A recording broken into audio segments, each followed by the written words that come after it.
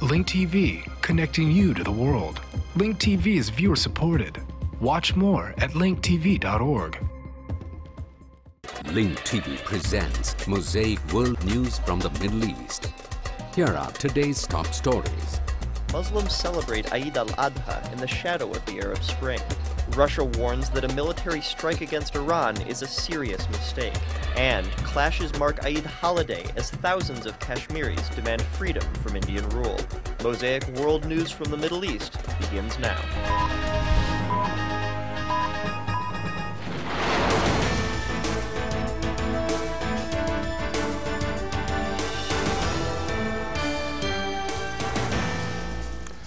هذا واحتفل المسلمون في أنحاء العالم بعيد الأضحى المبارك عبر إقامة الصلوات. Muslims around the world celebrated the blessed holiday of Eid al-Adha with prayers and supplications.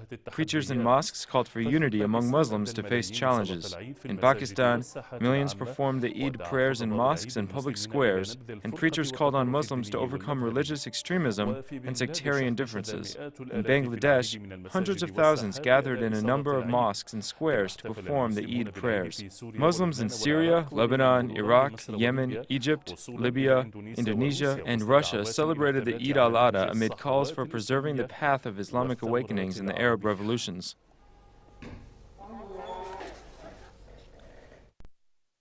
على وقع الثورة العربية والصحوات الإسلامية هنا وهناك احتفل. With the Arab revolutions and Islamic awakenings occurring in many areas, Muslims celebrated the blessed holiday of Eid al-Adha in various parts of the world. In the Gaza Strip, the occupation siege did not strip Gazans of the joy of the Eid. They headed to mosques and squares to celebrate the Eid and express their hope to liberate all of Palestine. This blessed and great holiday hears the voice of its cultural revolution once again. Today it is bringing down the regimes of tyranny and infiltration, the regimes of infiltration and betrayal. ووسط تضييق معتاد أدى آلاف المقدسيين صلاة العيد. Amid the usual harassment, thousands of Jerusalemites performed the Eid prayers, challenging the Israeli occupation. At the same time, they called for putting an end to the occupation and for resisting its operation to distance and displace Jerusalem's residents from their city. In Yemen, Muslims greeted the Eid with a revolution demanding change and calling for perseverance until their peaceful revolution succeeds. Protests and demonstrations continued in Sana'a and various provinces of the country. This Eid, God willing, will see the achievement of the Yemeni people's demands. God willing, the revolution will triumph just as it did in Tunisia, Libya, and Egypt. In Egypt, Egyptians say that the Eid after the January Revolution has a special flavor that's different from past Eids. They flocked to mosques and squares and performed Eid prayers, celebrating the winds of change that swept across the land of the Nile. At the same time, they called for completing the joyous occasion with the victory of the revolution. These types of scenes weren't here before. In the past, when we used to come to pray, we would see central security vehicles in front of the mosque. But today, people can pray freely. The sermon was beautiful. الحرب على البلاد إلا أن الليبيين احتفلوا هذا العام بأول عيد بعد أكثر من 4 عقود من حكم القذافي. Despite the destruction the war has inflicted on the country, this year's Libyans celebrated the first Eid after over 4 decades of Gaddafi's rule, amid calls for joining forces and for full national unity in a new Libya.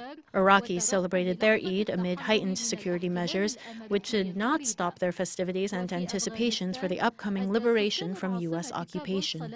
In Afghanistan, residents of the capital Kabul performed the Eid prayers, imploring God to bring security to their country. In Indonesia, people headed to mosques and squares to perform the Eid prayers and to celebrate this religious occasion. We praise the Almighty God for the Islamic obligation, grace, and sacrifice on this sacred day. In Russia, the Moscow Central Mosque was packed with thousands of Muslims who were keen to celebrate the first days of Eid in their own way.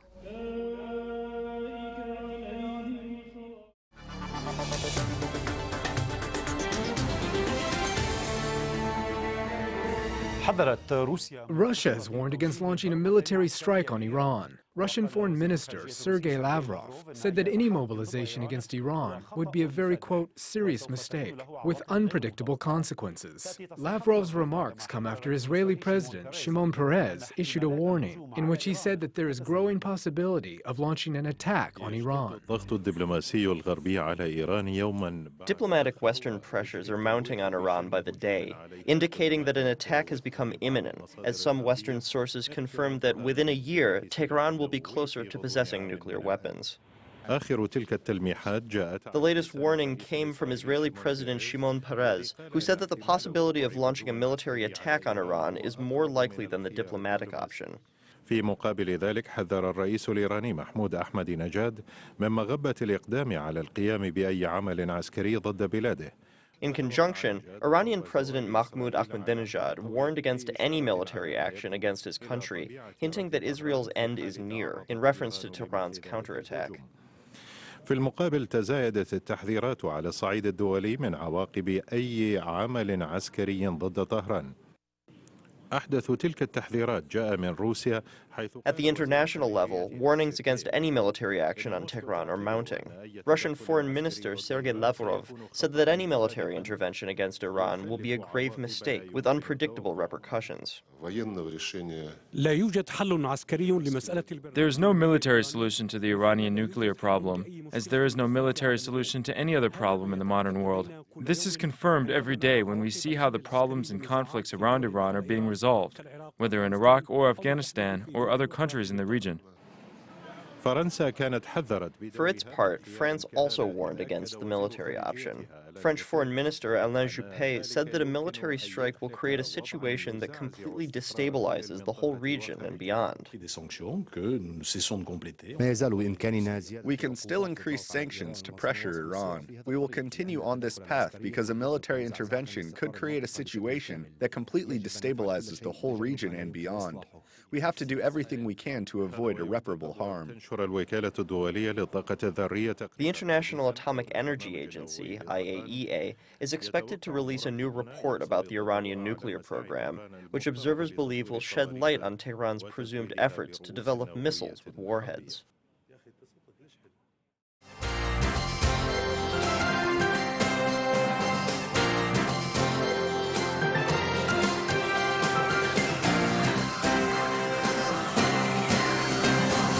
Prime Minister Benjamin Netanyahu called on the Histadrut to drop threats to enact a general strike tomorrow.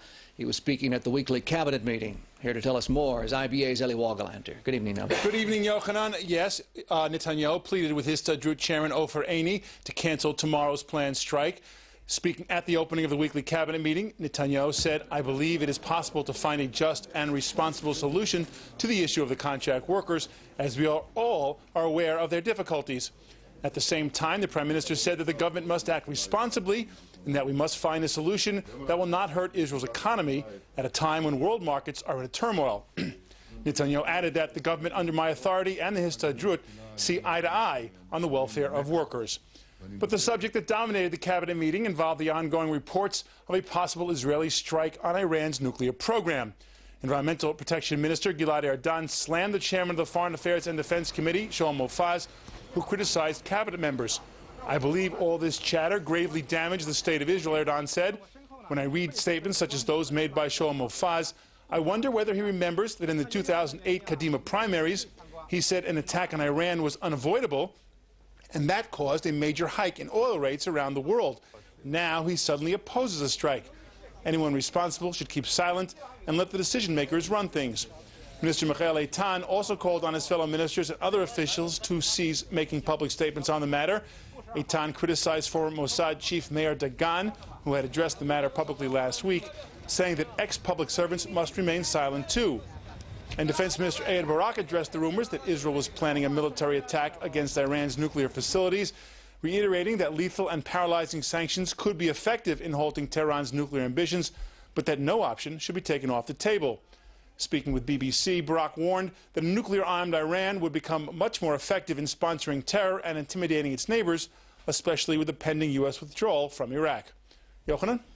Rocket fire continued from the Gaza Strip as 2 projectiles hit open fields near Ashkelon overnight. 1 foreign worker was lightly injured by shrapnel.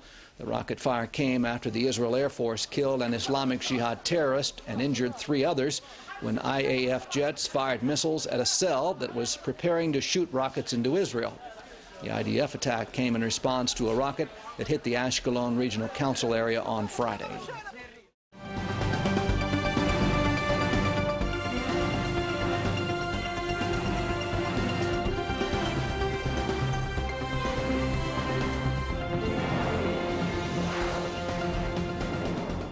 Elsewhere in the news now, in Bahrain, anti-regime protesters have taken to the streets calling for the downfall of the regime.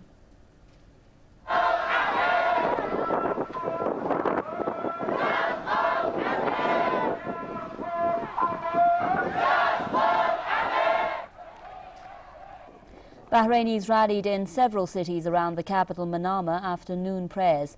They shouted slogans against the regime and voiced support for the revolution.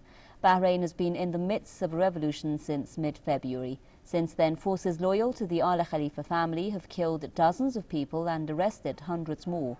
The regime was founded with the help of Britain in 1820. Meanwhile, Bahrain's most senior cleric has slammed the Manama regime's crackdown on anti-regime protesters.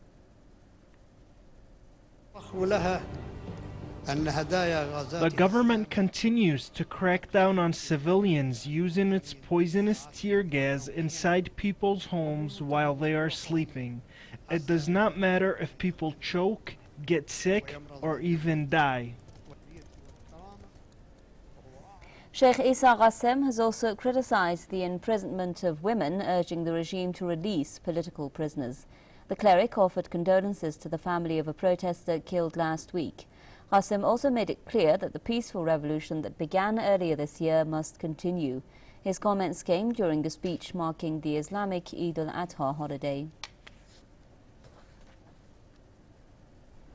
Thousands of people have taken to the streets in Indian-controlled Kashmir on Eid al-Adha, demanding freedom from Indian rule. Government forces used tear gas to disperse the protesters. Shahana Butt reports. Persisting on their ongoing struggle for the freedom of Kashmir, thousands of Muslims took to streets immediately after the Eid prayers in the downtown of summer capital Srinagar of Indian-controlled Kashmir, shouting pro-freedom slogans. The peaceful protest march was joined by young and old people demanding right to self-determination. Over hundreds and thousands of our youths were killed by the Indian force for the freedom struggle. We are struggling from the last 60 odd years, and I hope, inshallah, by the will of Allah, we will fight till death, and we will, inshallah, we will get our freedom. As the police tried to stop the protesters, the crowd turned violent and hurled stone at the government forces in retaliation to police using of tear gas and batons to disperse them. Officials say they will not allow any peaceful march against the government, which may disturb the law and order of the region. The biggest gathering of Eid was made at the Grand Mosque, in which the pro-independence leader and the head cleric of Kashmir, Mirwais Umar Farooq, addressed people. We always want the resolution of Kashmir issue. Both India and Pakistan must keep in consideration the interests and emotions of the people of Kashmir. It's an appropriate time both the countries should start afresh to resolve the issues in peaceful manner. Kashmir has been in the grip of unrest since 1989, during which thousands of people have died. Over the past 3 years, Kashmir has moved into a new transition from violence to non-violence. This year, Kashmir remained comparatively calm. However, people have been demanding the revocation of some harsh laws and powers granted to security forces, and also the release of hundreds who have been arrested during this non-violent phase while hurling stones over the government forces. Kashmir is the cause of disagreement between India and Pakistan since their independence from the British rule. Both the countries claim Kashmir to be in full, however, rule in parts. Over all these years, on the festival days, people in Kashmir have been protesting against the Indian rule. They believe in this way they convey a message to the outside world that they require their attention and support. Shahana Butt, Press TV, Indian-administered Kashmir.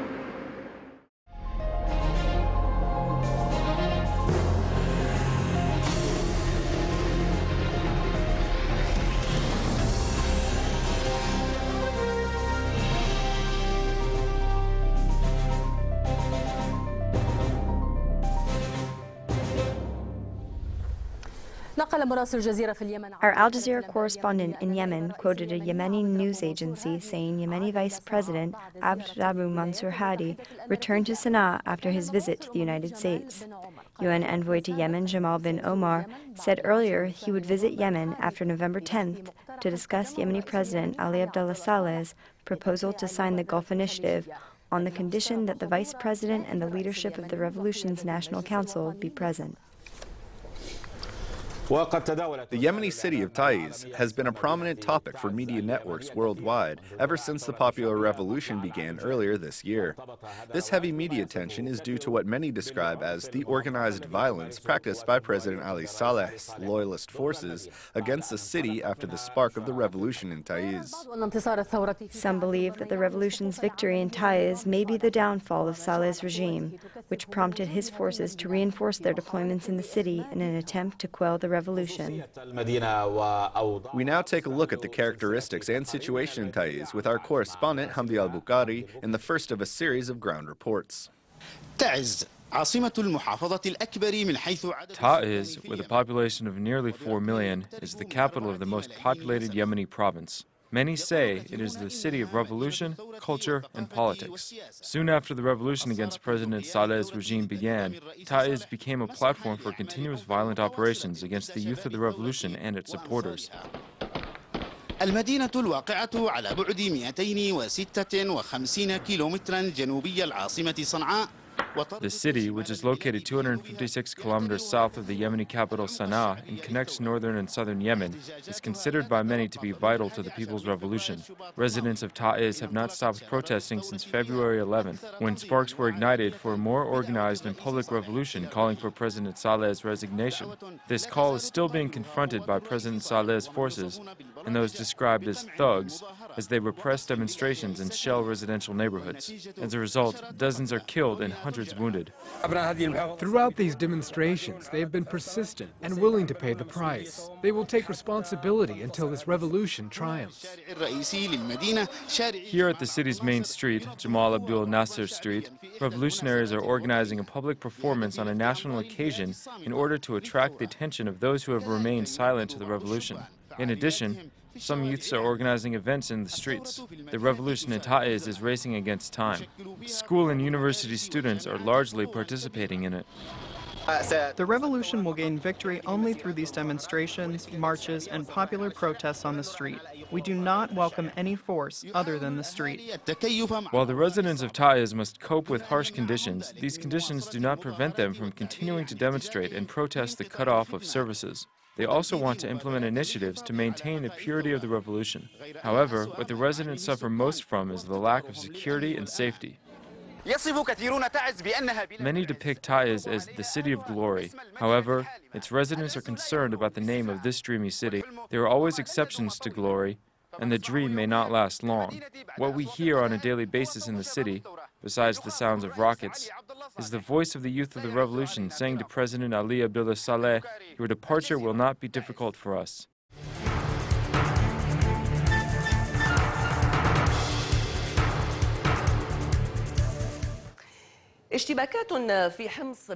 Clashes erupted in Homs between the Syrian army and defectors, as confirmed by the Syrian Observatory for Human Rights. Meanwhile, the Syrian National Council has called for declaring the city of Homs a disaster area. Damascus accused Washington of being directly involved in the bloody incidents sweeping the country. The Syrian Observatory for Human Rights announced that the Syrian army has entered the Baba Amr neighborhood in Homs, which has witnessed shelling and been under siege for 5 days. The observatory said that fierce clashes erupted Sunday night and Monday morning in Homs between the Syrian army and defectors. Dozens of fighters from both sides were killed or injured in the clashes. In addition, the observatory confirmed that 4 explosions rocked My Saloon Street in the city of Latakia Sunday night and Monday. Meanwhile, the Syrian Revolution General Commission urged the Arab League to withdraw its initiative. The commission also announced a general strike on Thursday protesting the shelling of Homs. The Syrian National Council called on the United Nations, the Organization of Islamic Cooperation, the Arab League, and all international institutions to declare Homs a disaster area. The Council also called for the implementation of international legislation for the provision of medical assistance, aid, and relief. It also called for providing the much-needed international protection for civilians. According to the Syrian news agency, Syrian Foreign Minister Walid Mu'allim said the U.S. State Department statement urging the Syrian people not to surrender their weapons is considered direct involvement by the U.S. and encouragement for the armed groups to pursue criminal acts against the Syrian people and their state.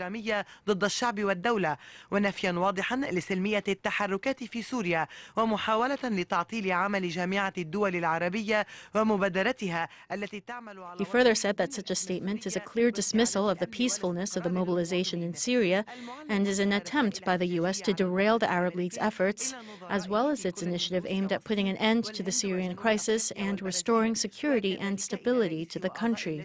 Mu'allim also sent letters of protest to his counterparts in Russia, China, India, South Africa, and Brazil, as well as the head and members of the Arab Ministerial Committee, the Arab League Secretary General, the UN Secretary General, and President of the UN Security Council.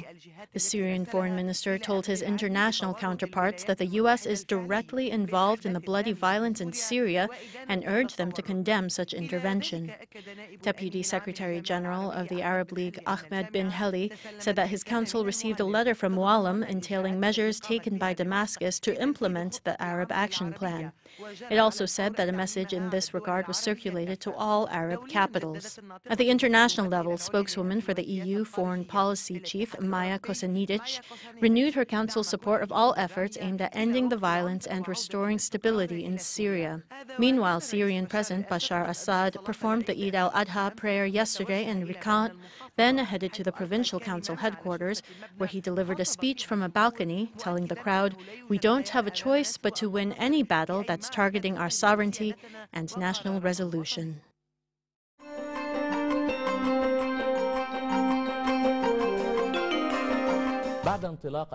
After the launch of the Syrian Revolution more than 7 months ago, Syrian artist Sami Shugayr released a song named "Oh Injustice" and opened the door for a large group of artists to write beautiful songs for the revolution and provide the world with a new model for peaceful intifadas.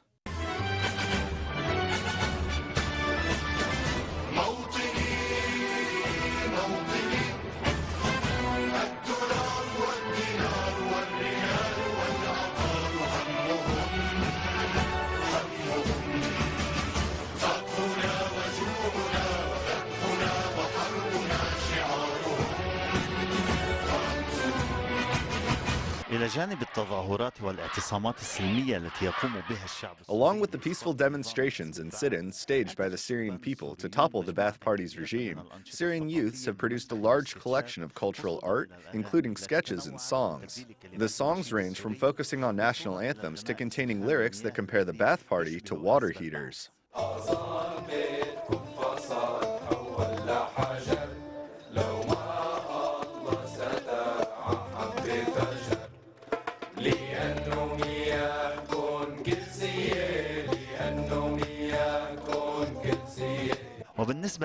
In response to the accusations of being a Salafist, a Syrian artist produced a song entitled "I'm Neither an Infiltrator Nor a Salafist."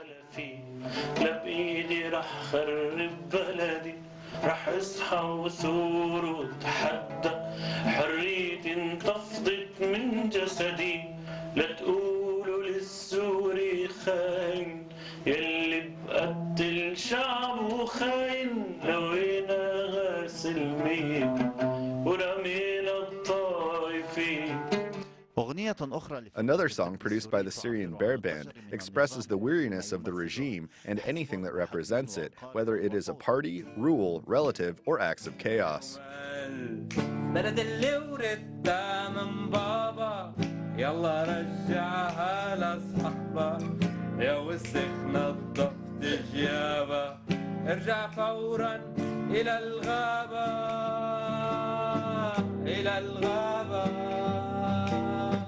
إلى الغابة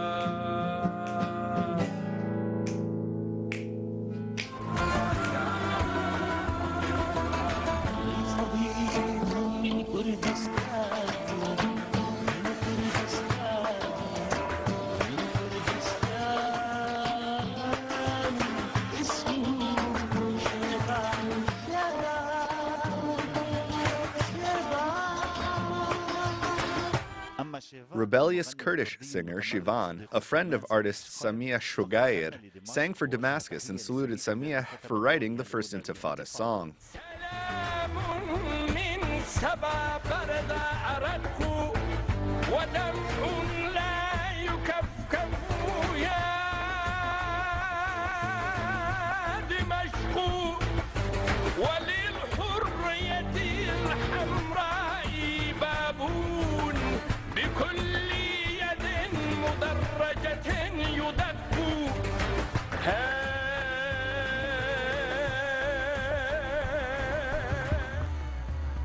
The views expressed on Mosaic are from contributing broadcasters, not Link TV or its sponsors.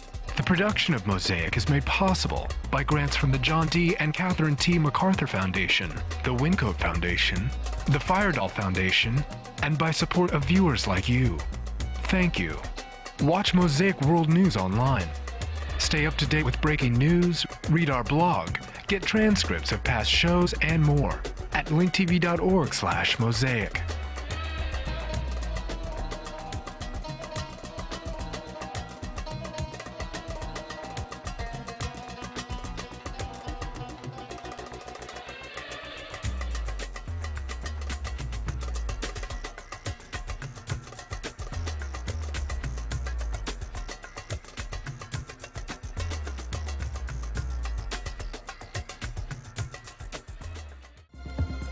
This program is brought to you by Link TV for educational and non-commercial use only. Link TV is the only U.S. network dedicated to global and national news, uncompromising documentaries, and diverse cultural programs, programs which connect you to the world.